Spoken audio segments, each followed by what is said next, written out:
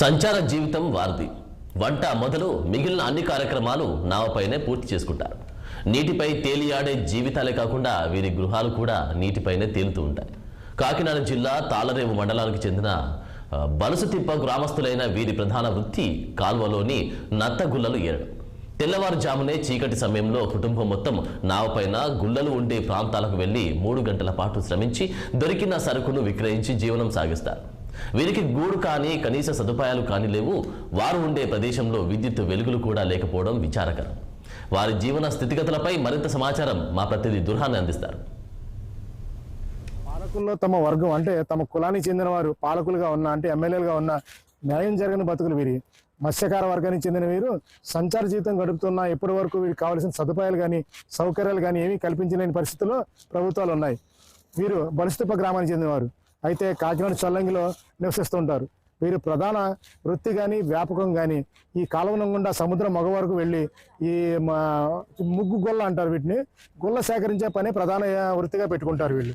వీళ్ళ జీవనం ఎప్పుడు కూడా నావల మీదే సాగుతూ ఉంటుంది. నావల మీద మొత్తం కుటుంబం అంతా నావల మీద జీవితం గడుపుతూ ఎండనక వాననక దీని మీదే జీవనం సాగిస్తుంటారు.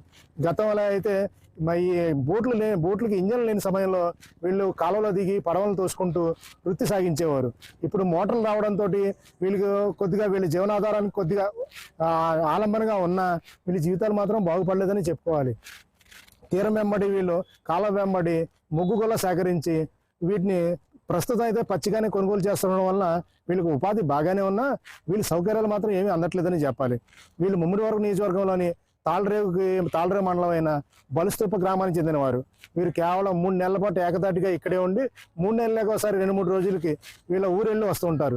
సాధారణంగా వీళ్ళ ఓట్లన్నీ ఆ నియోజకవర్గంలోనే ఉన్న ముమ్మిడివరం, జీవనం మాత్రం కాకినాడలోనే ఉంటుంది.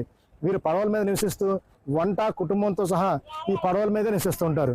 ఉదయాన్నే తెల్లవారుజామునే చీకటితో పాటు వీళ్ళు సముద్రంలోకి వెళ్ళడం, ఈ కాలువల్లోని బుట్టలతో పాటు ఈ ముగ్గు సేకరించి వీటిని తడిగాను పొడిగాను విక్రయించడం ద్వారా వీటిని అమ్ముతూ ఉంటారు.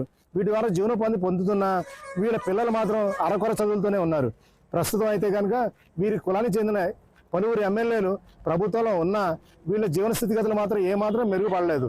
వీళ్ళ జీవితాలు మెరుగుపడాలంటే అంటే ఈ వృత్తి దీన్ని కాస్తంత మార్పు చెందాలంటే వీరికి విద్యా అవకాశాలు చాలా అందాల్సిన అవసరం ఉంది.